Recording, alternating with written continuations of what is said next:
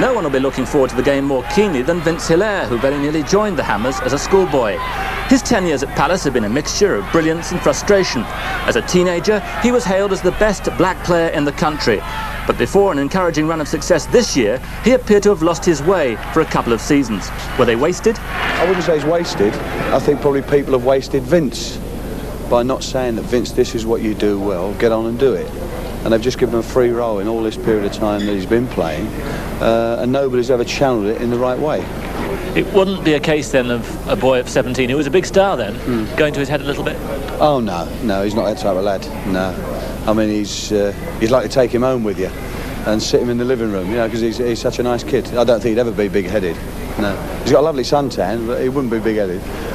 I think possibly the greatest single factor in how well I'm playing at the moment is that I'm settled into one position now, whereas before, since Terry Venables left the club, various managers have tried me in different positions and it hasn't quite come off for me.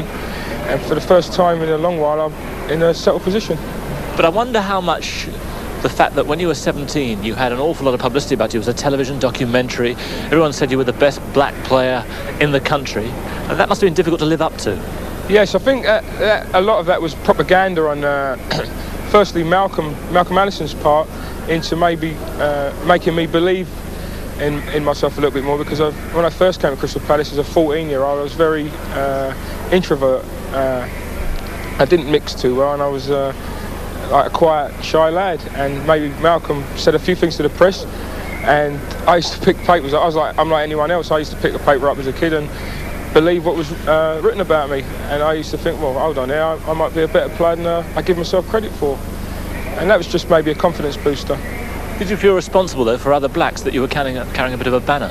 I did. I think when I first broke into the game, I was just one of the first starting out. I mean, your Clyde Bests and Addy Coker, they was the original. They broke the sort of frontier, so to speak. And along with myself and the Laurie Cunninghams and the Bob Hazels, we was the sort of second, not generation, the second lot, if you like to call it like that make managers look at us as players and not the colour of our skin. Tell us about the cup match against West Ham. It would mean a lot to you, a victory here. Oh yeah, I mean, when we heard the draw, the players, I mean, there was a great big screech in the dressing room. You know, they were delighted it was West Ham, and I thought, well, why? You know, West Ham had a hell of a good season. They're third in the first division up until last week. Why did they want them? And I think the thing that generated through our players is that West Ham are a good footballing team. And if anybody plays football against us, that gives us a chance of playing football against them. It is a big tie. It's a big tie for the club, and it's a big tie for me personally, because I'm from the East End of London, and West Ham is my local club. And I used to go to watch him whenever I could. And he loves the big stage. He's a Tom Jones, I suppose, of show business. You know, if you put him on a big stage, he'll perform. If you put him on a small stage, he's got to think about it.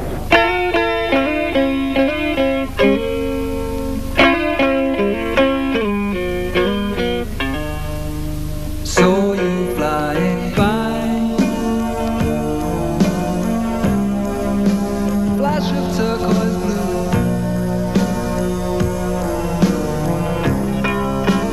I just had to try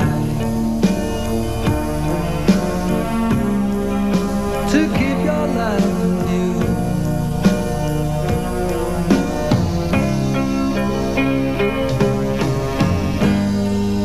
My bird of paradise, sweet bird of paradise.